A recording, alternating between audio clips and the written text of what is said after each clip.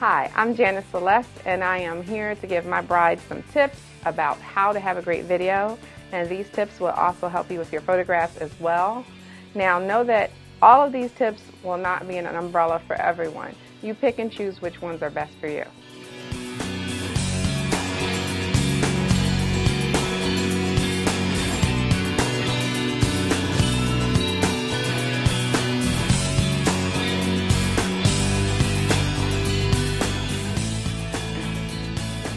Number one, make sure your bridal party is aware that there will be a camera and to be cognizant of the camera during the ceremony. There are many times that they may get lost in the moment and may not know that they are actually standing in front of the lens, especially when there's tight quarters, like when there's a hoopah or there's a mandap or something that may be enclosed where the bride and groom may be standing. Then it's very difficult to also get the shot, especially if someone just takes a step over and they may actually be blocking the total shot of the video that you just paid for.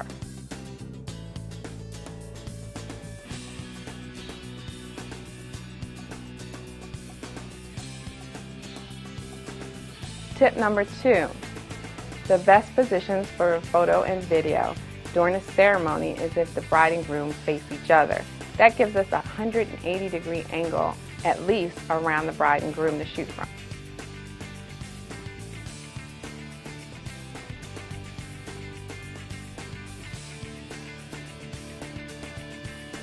Tip number three, and I know this is usually understood, but typically smoking and chewing gum just doesn't look great on video, so please refrain from doing so.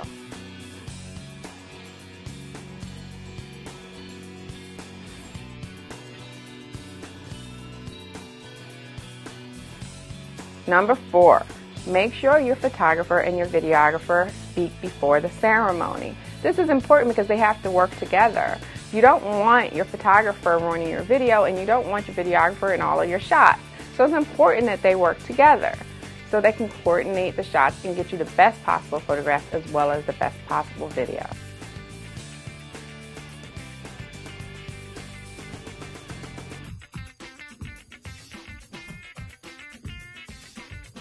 Many times the groom will wear a small microphone called a lavalier.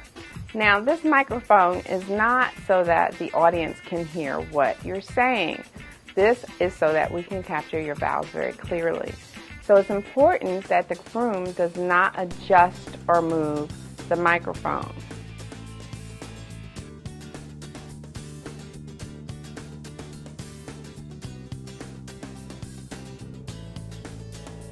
Try not to react to the presence of the camera. Now, when in doubt of who to look at, your photographer or your videographer, we ask that you look at your photographer unless we ask you to specifically look it up. Now, with that said, also, if you see the camera coming around, don't turn your back to the camera. We have some brides who might do that because they're shy, but that will render your video useless.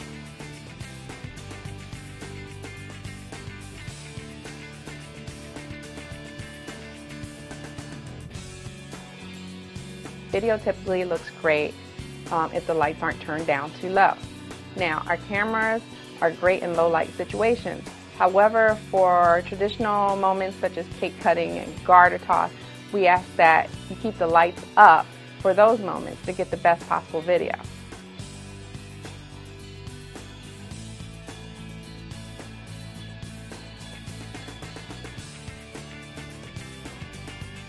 If you're having an outdoor wedding, your video will look a lot better if you do not sit your guests in direct sunlight or yourselves in direct sunlight. If you have some sort of shady area or canopy, that would be the best because direct sunlight looks horrible on film. However, we can make any situation work, but it will look much better if it's in a shady area.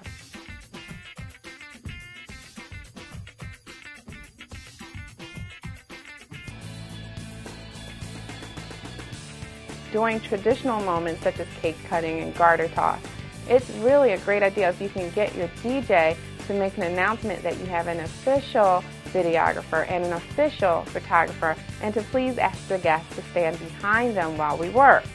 Now, this is important because you can have a lot of overzealous guests all at once trying to get a photo, which makes it difficult for the videographer and photographer to do their job well because it's 2 against many guests.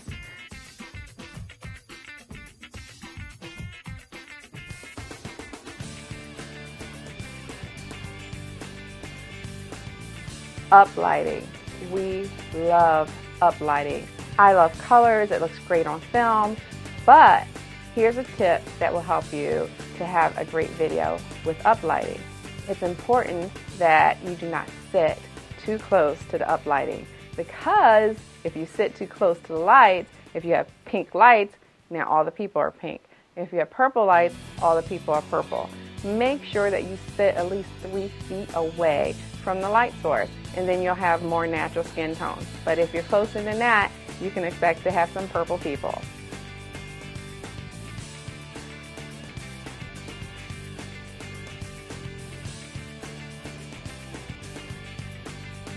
If you have any objects for your ceremony or reception still wrapped in plastic, please remove the plastic before your videographer and photographer arrive.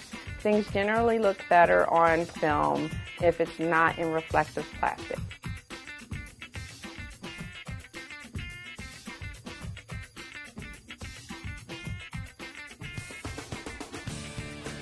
The family and friends are involved in the ceremony. For instance, lighting a unity candle. You want to tell mom not to turn her back to the camera as that can be a very unflattering view. So what you want to do is to ask her to turn sideways and light the candle. And that way we can see her beautiful face and have a more flattering view.